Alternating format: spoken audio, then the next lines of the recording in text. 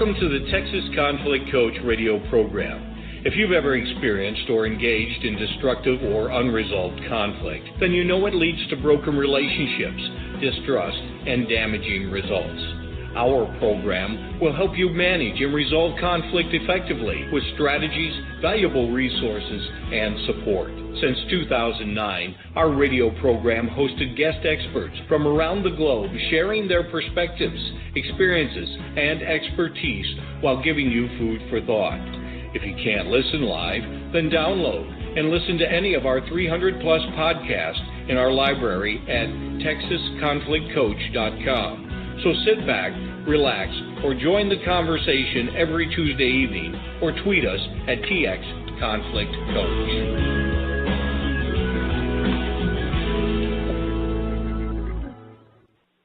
The Global Art Project for Peace was established over 20 years ago and has connected tens of thousands of children and adults from local communities across the globe to actively join together to promote peace through art.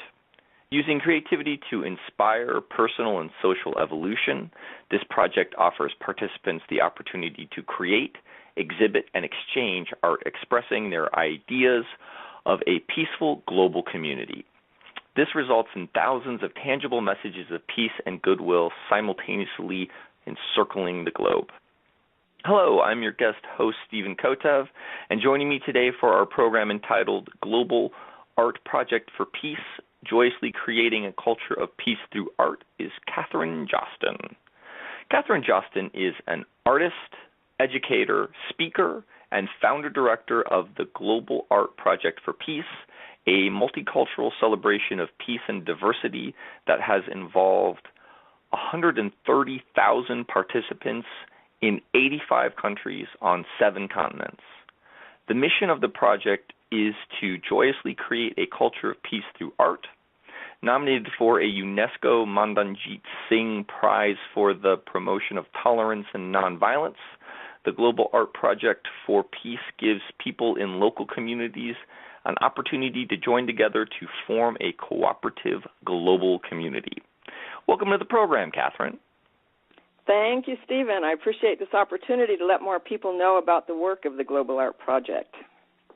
Well, and thank you so much for being on the program. And before we get into that, because we're going to go there in a moment, just how long have you been an artist? Has this been something that has art been something you've been drawn to your entire life?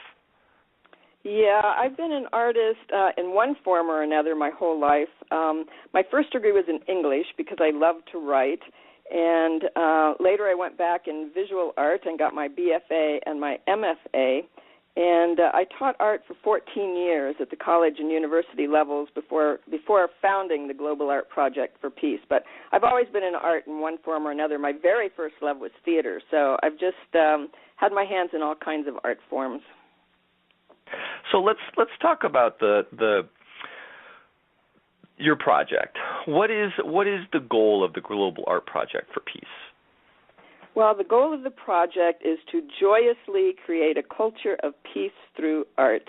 The project celebrates diversity and multiculturalism while expressing the idea we are all one. And how's the project work?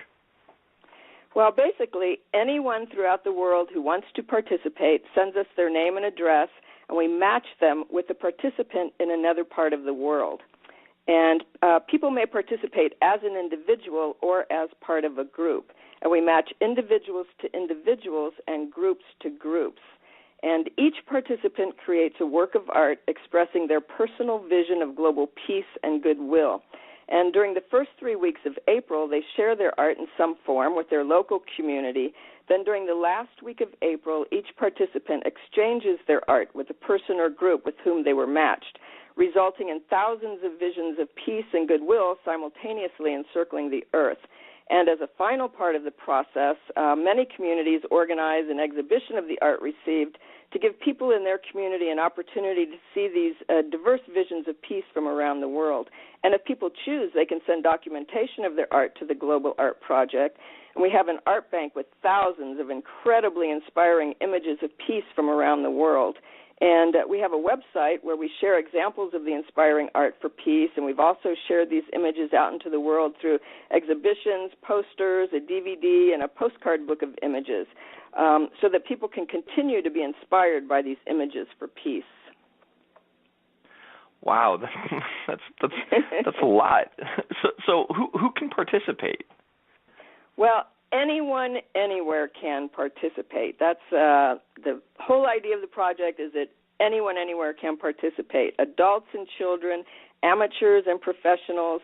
On our brochure, it says, Global Art Project will match participants around the world, connecting people in the spirit of unity without regard for race, culture, gender, nationality, belief, sophistication, or any of the categories which separate and divide, joining all together in the spirit of wholeness.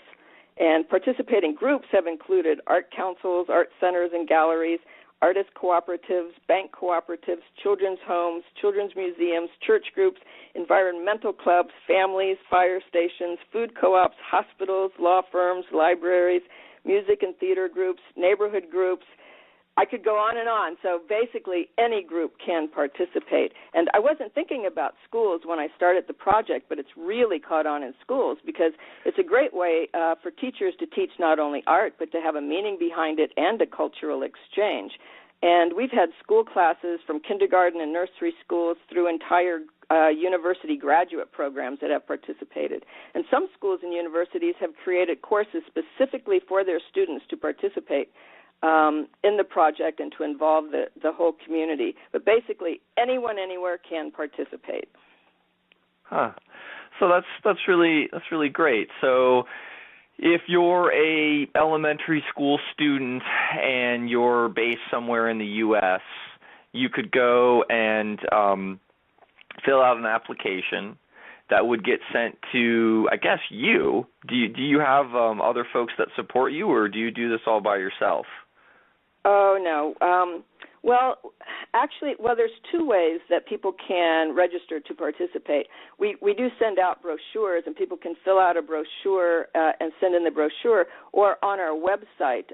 People can go on our website and fill out a registration on the website that comes directly to us. So usually school children, they can, register on their own, but usually it's through their schools, through their teachers It's usually the entire class that participates, but it doesn't have to be, Well, yeah, either way, say you've got a class or an individual student. They go and they apply, and then how does the matching process work? Is it something where do they get matched up with anybody? Do they get matched up with somebody who's roughly their same age? How's that figured out or done? The matching, we try to match people from as great a geographical distance as possible. And we match children to children and adults to adults. We try to do that just for the safety of the children. But other than that, we don't look at age at all. But we try to match, we match individuals to individuals and groups to groups. And then we try to match from as great a geographical distance as possible. And then when it comes to groups can participate. They can do individual artworks or one group artwork, so they can denote that. But basically, we try to match from as great a geographical distance as possible. However, in the past, as you said, we've had participants in 85 countries. But even so, we do end up with more people in the United States than out of the United States. So we always end up having to match some participants in the U.S. with other participants in the U.S., but not always. So, we just don't know because every year it's different, and the exchange happens every 2 years. So every time the exchange happens, we just never know. So you don't know who you're going to be matched with, and that's part of the fun of it. Yeah, it sounds like that would be a lot of fun because since most of our listeners are based in the U.S., but not limited to that, we'll just sort of stick with the U.S. folks as the typical example. You're saying that somebody from the U.S. would get matched with as far away as they could get. You've got 85 countries. What are some of the countries that have participated in this project? Where are they from? Okay, well, I have a geographical alphabetical list in my hand right here, so we can just start at the beginning and go. Don't have to do all 80. Australia. Don't do Russia, all 85, Namibia, but maybe give us. Okay. Iraq, Israel, Spain, Sri Lanka, Venezuela, Germany, Ghana, China, Brazil, Bulgaria, Philippines, Poland, you name it. Yeah, they're from every continent. So yeah. Yeah, and 85 is a lot. So you've got a chance that you could go and you put your submission in, and it could go and be connected with any one of those countries listed there, depending on who goes and applies, right? Exactly. Yeah, you just never know. So, and that's what's really fun for me when I do it. Yeah. Is because every year we always end up getting more countries that we haven't had a participant in, and that's always exciting for me when we get new countries. And then there are countries that there's always a lot of participants. Peace Corps workers in Morocco have gotten very involved, so we always have a lot of participants in Morocco because of the Peace Corps workers. So, but, I just never know from one year to the next where most of the participants will come from. Well, and, when we send out the brochures, I always feel like it's planting seeds. It's like scattering seeds because the brochures go out and you never know where it's going to take hold and, where the plant's going to come from, because you can send out the brochures, but you just never know. And then I always feel like the artwork that ends up being created are the flowers that come from these plants, from the seeds of the brochures that go out. I always think of it in that way, and it's exciting for me. So. Right, you get to see the whole process. You get to go and see the first exposure or presentation of it, and then them actively engaging with it, saying, yeah, this is something I want to do, and then the actual completion of it, where, maybe you get a picture or some other way of being notified of, hey, I just sent this to, my partner across the globe. Yeah, actually, that's the best part for me, because I always put together a gallery of images from each exchange, which I'm now working on a gallery of the 2014 exchange, and people send in documentation of their art that they created, but also of the people who came together to create the art, and they often write up, their experience of how it was creating the art and how their community got involved, and I put all that on the website.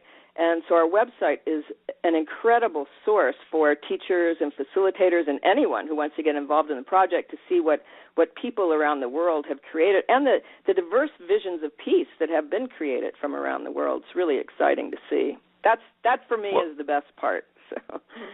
Well, I'm going to ask you to repeat your website again at the end, but since you just mentioned it, why don't you go ahead and give us what's the website for folks who are interested? It's globalartproject.org. O-R-G. So just as it sounds, globalartproject.org. Correct. Yeah. And when going back to the countries, you said that there's a lot of folks who participate in the U.S. You've been doing this for 20 years, is that right? Yeah, 20 years now. Is that right? Yeah. And so, with your best guess, what do you think are the sort of the top 5 countries outside the U.S. that regularly participate? You mentioned Morocco. What are some other ones that you get a lot of folks who participate in the project from? We used to get just so very many from Taiwan, so many schools, and but lately it's like the last couple of exchanges we haven't, and before then we got so many. Actually, for the exchange before this one in China, at Beijing Normal University, which is the largest university in China, the Fine Art and Design Department worked with the Education Department to get 21 schools throughout China, including Mongolia, involved in the Global Art Project. Yeah, so So there were a lot in China that year, but it just varies every year. It's really interesting. I never know. Yeah, and that's amazing. So I want to remind folks that they're listening to the Texas Conflict Coach Blog Talk Radio program with your guest host, myself, Stephen Kotev. Today I'm joined by Katherine Josten. As part of our focus on artists and peace, we are discussing Global Art Project for Peace, Joyously Creating a Culture of Peace Through Art. So let's talk a little bit about the art that's actually created. I'm imagining that there is a bunch of different, I forget what the artistic term is, but modes. You can have like maybe textiles. You could have paintings. I don't know. What's the length and breadth of the kind of the art that you see created for this project? I've seen it all. It's people can create, and it's any art form that can be sent from one participant to another. So it can be audio tapes or CDs of original music, videotapes or DVDs of performances, visual art, literary art. It doesn't need to be, and of course, the artists don't need to be professional. Anyone can participate. But the art just needs to be an expression of peace and love from the heart.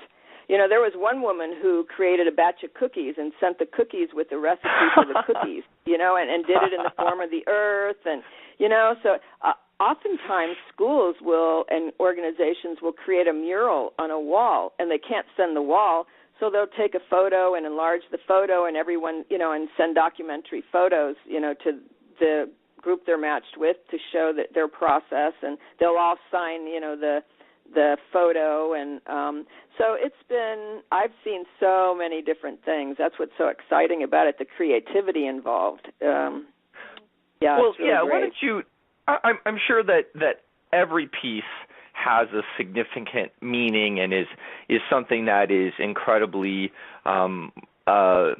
valuable, in the sense of its expression. But what are some of the most memorable, you mentioned the cookies. What are some other things that you saw, murals? What are some of those ones that, either really exemplified what the whole project was about, or you thought was just an amazing piece of art or illustration, demonstration of the values of the project?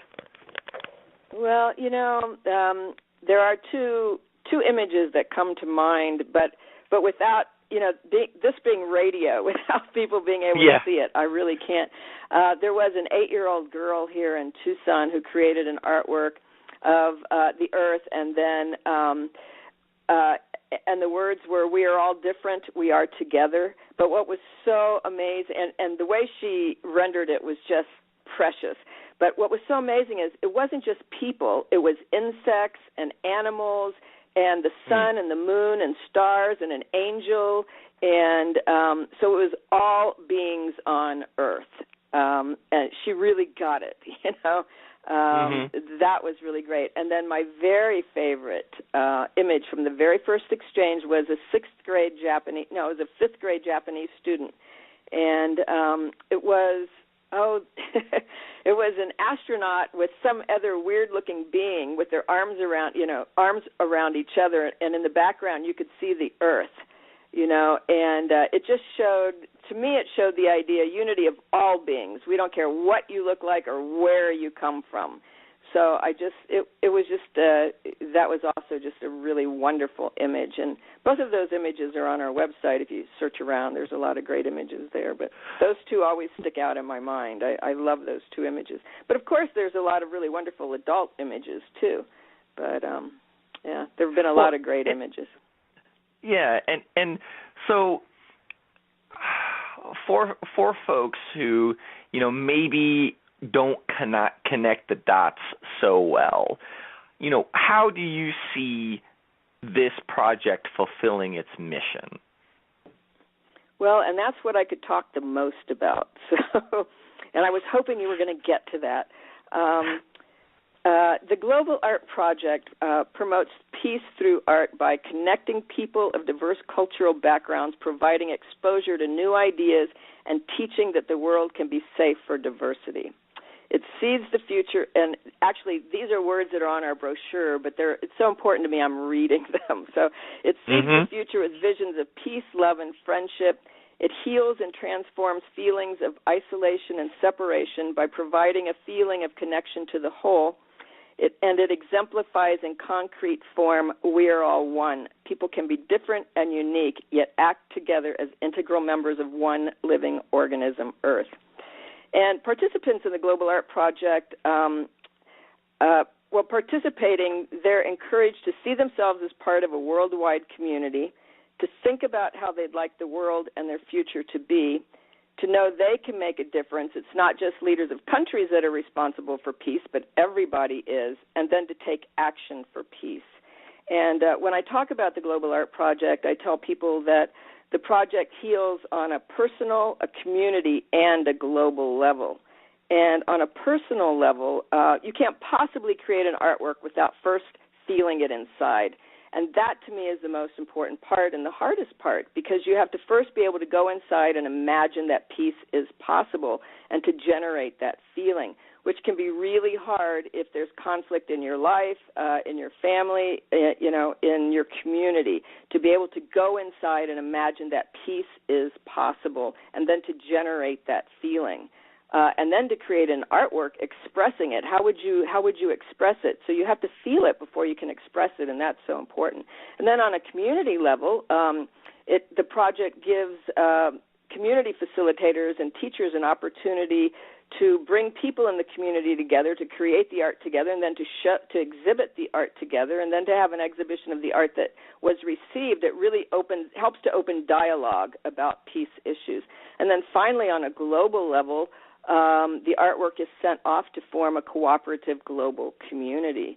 And it's, as I said, it's a way for people to see these diverse visions of peace from all over the world, and it's helping to form that global community. So I think it heals on all levels. And but I think most important is going inside and generating that feeling of peace, and that's the hardest part, and that's what everyone has to do to participate. So I think it's generating seeds of peace all over the world. So many people all over the world who are creating, these images, and then there are so many hundreds of thousands. We've had 130,000 participants, but there have been hundreds of exhibitions, and so many hundreds of thousands of people have just been able to experience these visions of peace from the people who have created the artwork. So, it's little ripples spreading out into the world. So. Well, and it's really interesting because as I'm listening to you, it's that it's not that peace remains conceptual, like, hey, this is some idea. It's that, as I'm listening to you, from an artist's perspective, it has to be felt. It has to be something that it comes as a tangible experience versus some idea. And that seems to really be central to this project. Is that correct?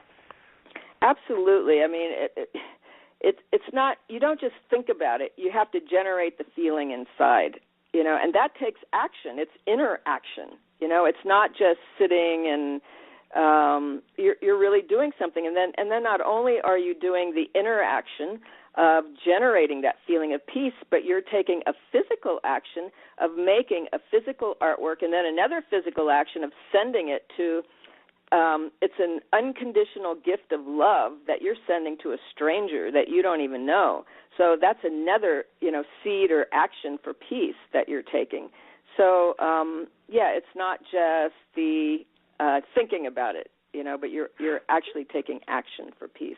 Well, it kind of reminds me of sort of like Christmas in some sense, because granted it happens in April, but it's that sense of anticipation of, hey, I'm going to do this for somebody else. So do you get like a picture of the person you're partnered with? Do you have any idea of who this person is? Do people, when they're making their art, do they take that into consideration? No, a lot of people would like to because they ask me, well, can you tell us? So, and the problem is you can't, because I don't match people until all the registrations are in. And then I have a very small window of time once all the registrations are in to get everybody matched and then to get the notifications sent out. So, we can't match people until all the registrations are in. So, therefore, people are making their art without having any idea whatsoever. Is it a man? Is it a woman? Is it, where are they from? So, it's just totally, you just don't know.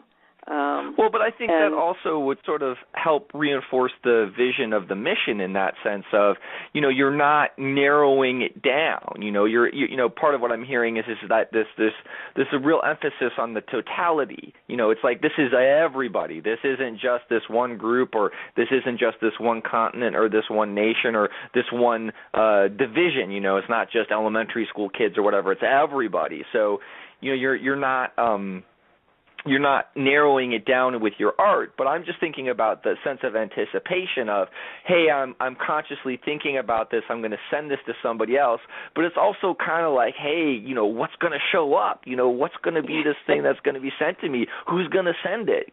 That's pretty wonderful dynamic. Yeah, but that also can create a problem because I tell teachers and I tell people, look, it's really important to think about, not to think about what you're going to get, but to make the process, the most important part of this is that you are adding your energy to the collective energy for peace, and that this is an unconditional gift, and not to be so focused on what you're going to receive. Because you could end up being disappointed, you could end up being, if you're in the U.S., being matched with someone else in the U.S. Now, for the last exchange, every single group in the U.S. got a group out of the U.S. because we had enough that, but I just never know. And it does happen, most of the time it doesn't, but it does happen that some people don't hear back from their partner, which creates a real problem for me because I feel responsible. So in 1998, I started a new part of the project, I forget what year it was, but I started the Global Art Project Angel Corps. And what the Angel Corps is, anyone can sign up to be part of the Angel Corps, and people in the Angel Corps create an artwork. And if people haven't heard from their partner by the end of June, they can contact me, and I'll contact someone in the Angel Corps to send art to them. And they're angels because they're sending art knowing that they're not going to receive anything in return. They're sending it to people who didn't receive something. Now, as I say, it doesn't happen that often, but it does happen. And so I don't want, I want people to not be really, really upset if they don't get something. Because we can contact someone in the Angel Corps, but, this is people. I mean, it's not like, inanimate things that we're matching one-to-one. You just never know with people what's going to happen. Exactly. So, and for years that really bothered. That was the hardest part for me was, if someone didn't get something, I felt responsible. But what can I do? I can't make someone send something. So it's great having the Angel Corps. And people love being part of the Angel Corps because they know, they're people who also participate themselves, but they create an extra artwork. In case, someone needs an extra artwork or whatever. Anyway, with that spirit of community and generosity, Right. Well, and your sense of enthusiasm is incredibly, apparent for this project, and your dedication, the 20 years is a huge amount of time. For folks who are now equally invested in and have a sense of enthusiasm and a sense of wanting to participate, how can folks get involved with the project? Well, there are several ways. Of course, you can participate, which is great. And, we've had some participants that have participated in every exchange for the past 20 years, which is great. And some were children when they first participated, and now they're adult teachers that are having their classes participate, which is really wonderful. But they can participate, of course. or they can become a regional coordinator. And we have about 200 regional coordinators around the world, and the only thing that regional coordinators do is they help to spread the word about the project. So I'll send them a packet of brochures, and they help to distribute their brochures in their area or to friends in other areas, wherever they have contacts. And some regional coordinators also get individuals and groups in their community involved, or some of them organize exhibitions in their community. But the only thing a regional coordinator really needs to do is to help distribute the brochures. And then, of course, you can participate as an angel in the Angel Corps to make art for peace.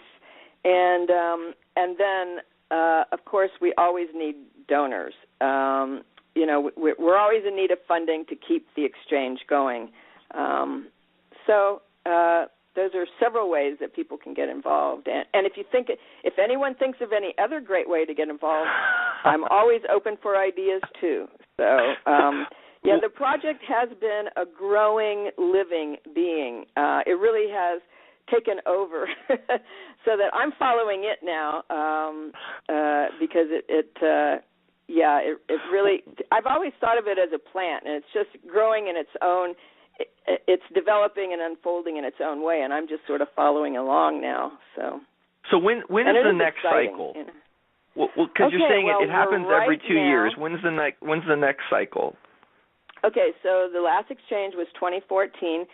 So we will be printing up brochures and sending them out this spring, and registration for the 2016 exchange will begin May of 2015. And we'll start sending out packets of brochures in May to regional coordinators, and anyone on our mailing list will send them a brochure. So people can get on our mailing list by going on our website, and we'll send them a brochure for the next exchange. And there is a registration form in each brochure, but they can easily go online on our website, too, to register. So one cycle has just concluded, and now you're sort of back to planting seeds. You're sort of quote unquote. We're metaphorically now going and getting ready to build the momentum to have folks participate in 2016.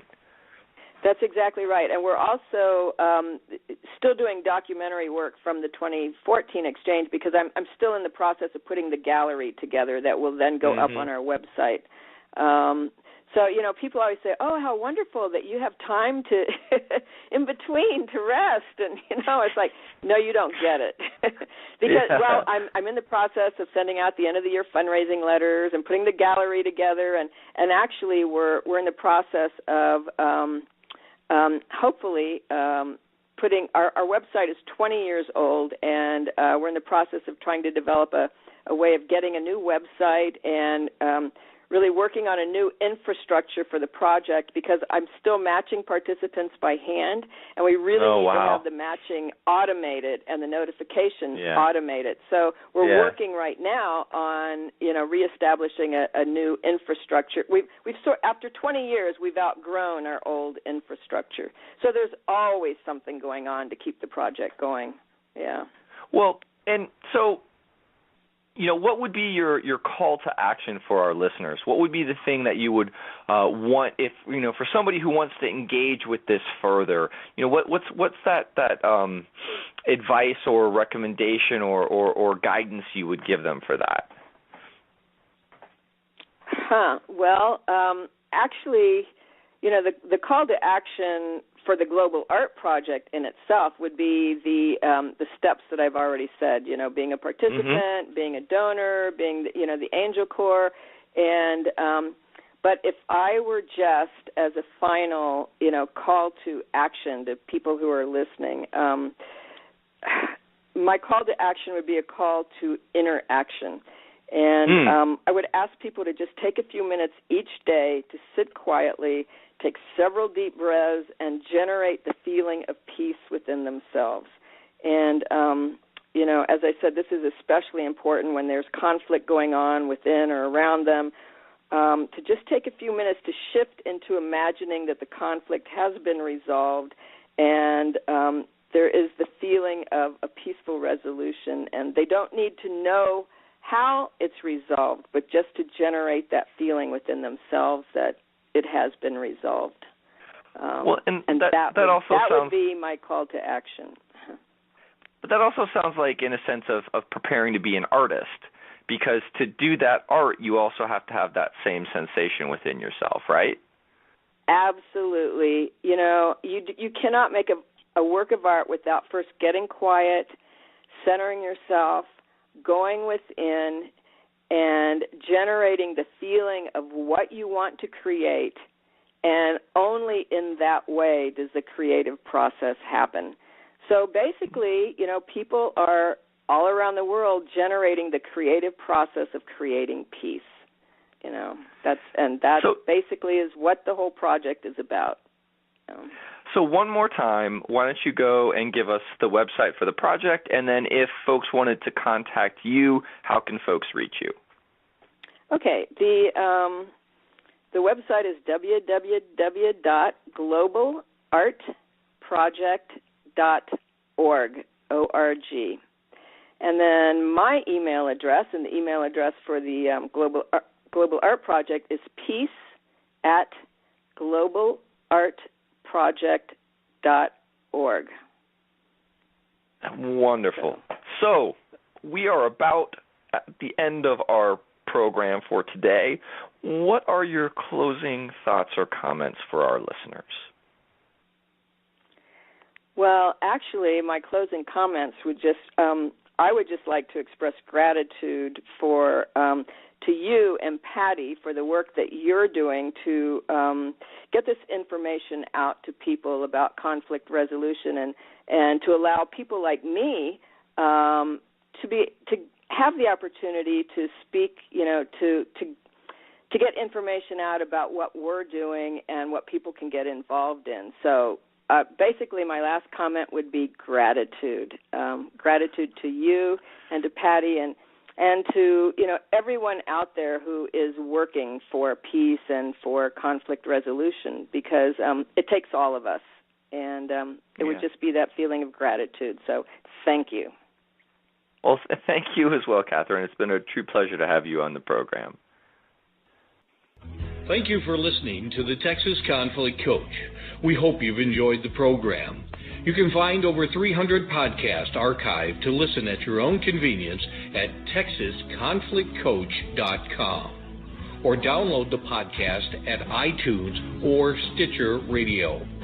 To learn about upcoming radio programs and resources, sign up for our monthly e-newsletter.